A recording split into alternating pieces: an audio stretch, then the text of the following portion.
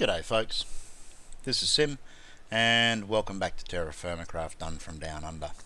We've got a few things that I want to cover today, but first I actually took the opportunity to do a little bit of fishing because I noticed that my protein is completely zip and I don't really want to kill animals just yet if I can avoid it.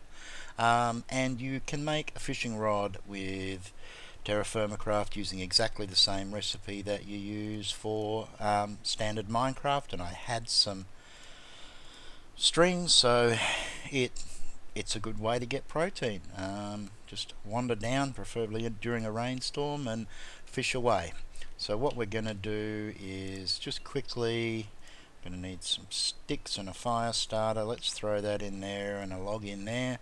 We'll just cook this up cook this up quickly, and then we'll head off. So a couple of sticks, 3 to be exact. Actually no, I don't think I need the sticks, it's a fire pit, I just have to relight it. Okay, and that shouldn't take too long to cook up at all. And there we go. So quick protein. Getting the spiders can be a bit fun, but yeah, standard, build yourself a shelter with a hole in the top when you see a spider, and that'll generally work most of the time. So what are we going to do today? Well, as I said, I do want to get some building done, but before I can build I need trees, and I would also like some stone, and for that we're going to need better tools. At the moment we don't have enough copper, even though I went on a big trek around looking for it. I have had trouble finding surface copper, but there is a way around that, and we're going to deal with that today. But first, what I need to do is I need to get some farms down, and this looks like a really good spot for farming. Now the problem is that we can't actually generate water source blocks, but we've got a really good spot here. So what I'm going to do is, source blocks will form, it's just you can't pick them up with the wooden buckets that we could possibly make. But what we can do here is dig this section out. Now you do have to be careful when you're farming, because if you dig a dirt block and then place it, it loses all its nutrients.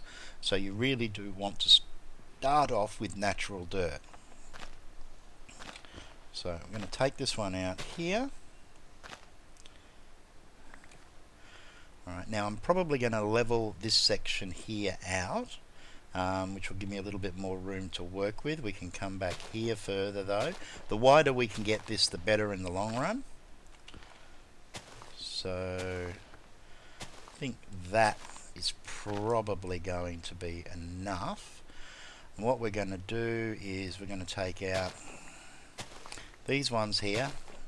I'll take out a few more on the other side, but I'll do that off camera so that you don't have to watch me just digging my way through a ton of blocks of dirt. And we come down here, right, and we just dig from here in, and we go the full length. It should be about 8 blocks. There we go. We may as well throw that one back in there. Now what we want to do is standard vanilla mechanics as far as I am aware. If anybody knows differently, please correct me. 1, 2, 3, 4, and then 1, 2, 3, 4 means that right here we could, oops, there goes that shovel, and I do have a spare, so let's pop down here and do the same thing. Oops, and we went one too far again. Alright, so that means that instead of just getting the 4 in from this edge here, we've actually got this additional land to work with, and we can come down to here in all directions. And we should also be able to come over once again. 1, 2, 3, 4. 1, 2, 3. Whoops, I missed that. Hang on. and again just here. Alright, and I'm going to level that area there off as well. Now I have checked, and this terrain here, one more, is still within range. So if I'm up at the base, crops down here should still be growing. Although I think, and I'm going to have to check, that the crop growth may actually be based upon the calendar and not actual loaded chunks. So we might experiment with that and see whether we get growth if we're out of the area for a longer period of time. Alright, now the actual farming, as much as I want to do that, I'm not going to be doing that right now. You might have noticed when I went to the inventory before that there have been a few changes, and the changes are a few mods that I added, mods that I like to use no matter what, and I don't think they're going to have too big an effect with TerraFirmaCraft. So if you don't like it, well, shoot me. It's what I want to do. So the first thing that I've added was Opus, and I've added Opus for the map, and the main reason that I want the map is it doesn't show mobs, and it doesn't do a very good job of showing caves. You've actually got to explore them before they will show up, unlike some other maps which just show you everything that's underground. But the best thing about this particular map, in my opinion, is the fact that it generates a world map. So we'll actually be able to see the world as we explore around. We can put down some markers so that we can find interesting things as time goes by, and that's really cool. So that's one of the things that I've added. The other mod that I added was NEI. Now don't worry, I'm not going to play around in cheat mode. I don't work that way.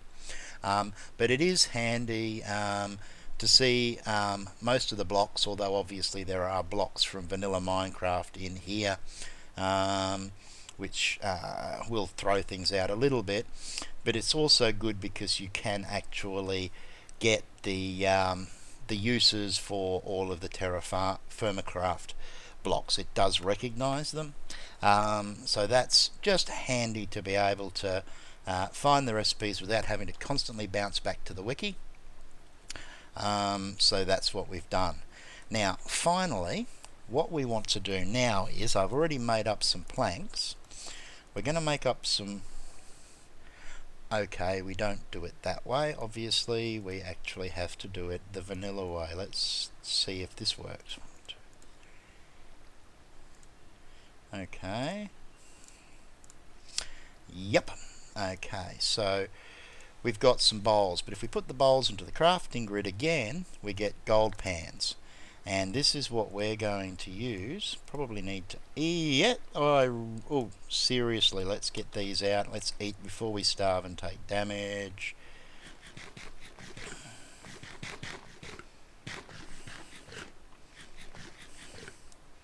Okay, you'll notice that my health bar just dropped and went back up again, because now we should hopefully be close to, let's get rid of that. We've now got the protein up as well, which means that our health should be in a better state. So that's great. So gold. Now gold pans. More specifically, what we want is copper pans, and I'm hoping that we will get copper out of this area. So you used to be able to make something called a sluice, but that's temporarily been disabled. Hopefully it will come back. But you can in fact manually my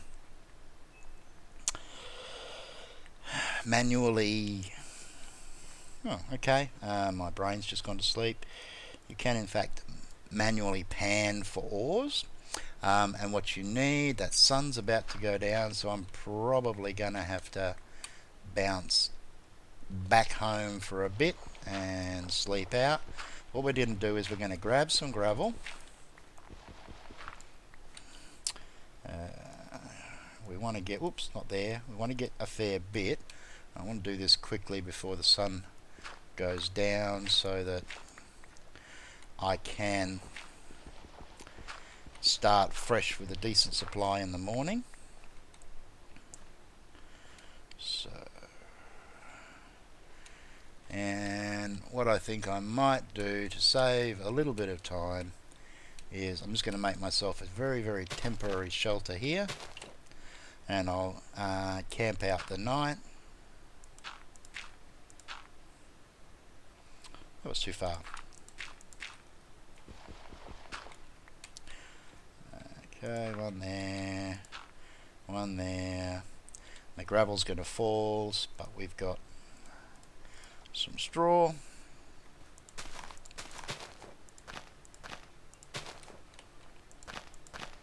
Okay, that should protect us. And one more thing, it is possible, if you're not careful, to actually get hit through the wall, particularly through these corners. Normally, if nothing knows you're in here, it won't be a big deal, but there's always a risk, and obviously you don't want to die, so digging a little hole down like this and dropping down puts you out of attack range. So we'll even go so far as to throw ourselves a torch in here. And what I might do in the future is actually set up a little fishing shack that hopefully can't actually be seen into, and that way I can come down here at night sometimes and fish. For now though, we're going to have to wait out the night, so I'm going to pause it here, and I will be back in the morning. Okay, so how does it all work? Gold panning has some rules. You need gravel, and you also need flowing water. So we're just going to punch a little hole in here, because what you need to do is you place the gravel. Now, you used to actually get the gravel from below the water, but now you actually have to have dry gravel, and you click it with a gold pan and you'll get a pan full of gravel. Now, every time you do that, there is a 10% chance of the gravel block disappearing, which is why I've grabbed a few. And then the next thing that you do is, in flowing water, you wash the gravel pan, and you can do that by right clicking 5 times, and you'll hear a pop if there's something in there, and it will turn up in your inventory. Now, you don't get a lot, but it's a good way when you've got a little bit of time, maybe some shelter at night, to get yourself some ores. Now, I didn't hear anything then, and I didn't get anything then, so all of those were completely for naught. Oh, and there goes the gravel block. So we'll try again.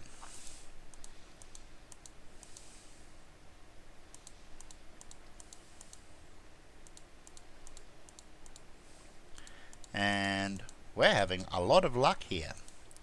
Let's try again.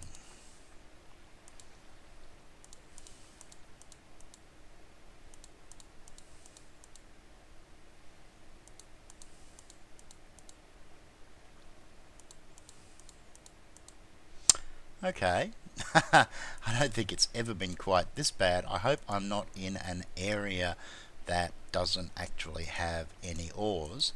I thought you always had a chance of getting some ores. I thought the chances varied depending upon the area, but this is proving to be a little bit of a worry, because I'm certainly not doing well here, and I wonder if it has to do with the fact that the that's something that we needed to do as well. I need to make, because we've actually got rock salt around here, we can make salt, but to make salt you need a hammer. But the thing about salt is, if you salt meat, it actually lasts a lot longer. Alright, so let's just keep trying. I don't want to spend too much time doing this, I just want to show you how it works basically. So we'll try again, and we'll see if we are in fact in a bad area, because we should be getting something. And if not, I may have to move to an area which has some better stone and try again there. Now, oops, there we go. Now, there is one other thing to take into consideration. To stop you just sitting in one place and doing it over and over and over and over again, the game keeps track of every time you do it in a chunk, and after you've panned 50 times, you need to move to a new chunk. And this is not looking good. Let's leave a spot free so we can see if something does pop in. But I'm starting to think that I have started off in a really lousy place when it comes to panning.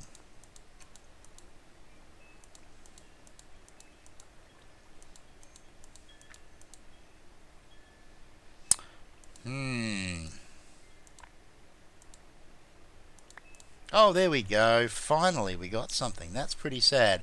And what we got was native platinum, which is completely useless. There is no actual use for native platinum. Although platinum is in the game, it doesn't actually do anything. So we'll give this a little bit more of a try. And I might have to move to... Oops, okay, well, 2 is better than 1, I suppose. We may need to actually move to another area to try this. Now you will actually get a message on screen. Oop, there goes that one. Didn't last very long. When you've hit the limit.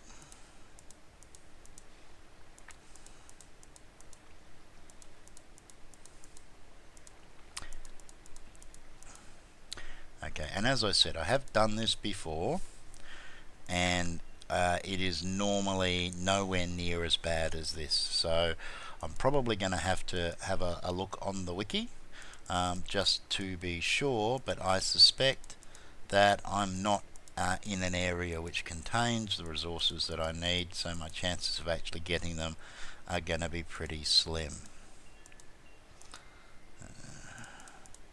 We'll go until we get the warning message. Oh, we got something then, but it didn't appear down in the bottom, which means it's going to be the platinum that we already got before.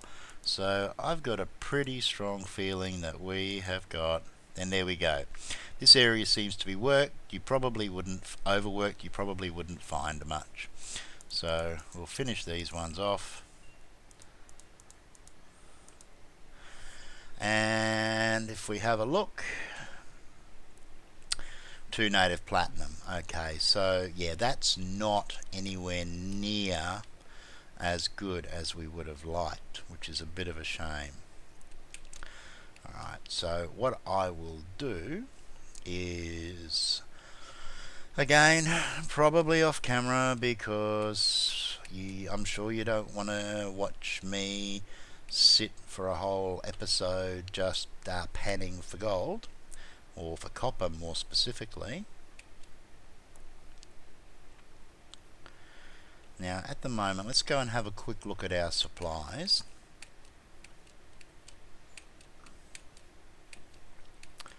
And check to see whether any of the trees have grown. And it doesn't look like anything's been happening over here.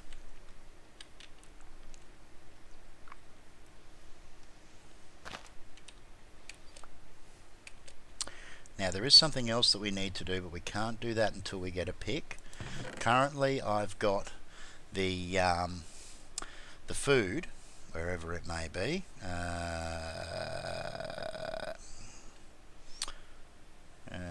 barley and onions, and that barley, as you can see, is decaying badly, so I'm going to have to do something about that very quickly, because you need to be aware that with the decay, the more decay that is on something, the faster it decays. And because we're not in a really cold biome, we're going to have issues with decay anyway. So we're going to have better luck growing, but we're definitely... Oh, that was not what I wanted to do. That's right. I've converted that into grain. Well, it's probably not going to matter that much anyway, because I need the grain for crops and things. So let's just do that with the onions as well.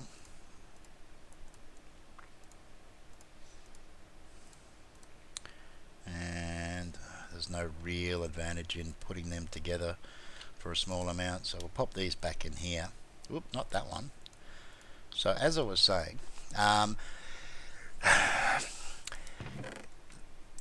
apparently if you put food into a vessel, you'll get reduced decay. It reduces the decay rate by about 50%, I believe. I'm not sure on that figure. The other thing that reduces decay is storing the food in a cold, dark area. Now, as far as cold is concerned, there's not a great deal that we can do, but we can put it into a dark room, but I'm going to have to actually build one somewhere where it's not going to collapse. Now, I could build it out of wood, but what I want to do is build a little food store in underneath here that's small enough that nothing can actually spawn in there. And I'm going to do that. Now, the weird thing that we discovered just recently was that as far as the food is concerned, if it's in a ceramic vessel but it's in an inventory, like a chest, it actually decays faster than if it's just in a vessel on the ground. Not sure why that is. It doesn't seem to make a lot of sense. You would think that if it's in a vessel in the chest, it's actually darker, but that it doesn't appear to be the case. I haven't actually done the experiment myself, but I've got a fair amount of faith in the person who did do it. So we need to make ourselves a food cellar and get all of this food into pots and go from there. So what else are we going to do today? We've done some fishing, we've done some panning, and we've gotten preparations in place for the farms. I think what we will do while the sun goes down is seal up our little hole here. I've left the rest of the thatch over there, but that's no big deal. There are a couple of things though, and where am I going to put these pans? Probably want to get them away because we don't want them taking up too much space, and yep, they'll go in there. And we're going to need a new chest fairly soon. So as you can see, I've got some bismuth, some copper, some tetrahedrite, which my memory serves me correctly, tetrahedrite and limonite are both iron. Hematite is definitely iron. The galena, the silver and the sphalerite, not really enough. I can make one more tool out of that, but I really need a little bit more, which is why I want to do the gold panning or the copper panning, but off camera. So what I do want to do though is a couple of things. I haven't tried this with fish, so I'll try this now.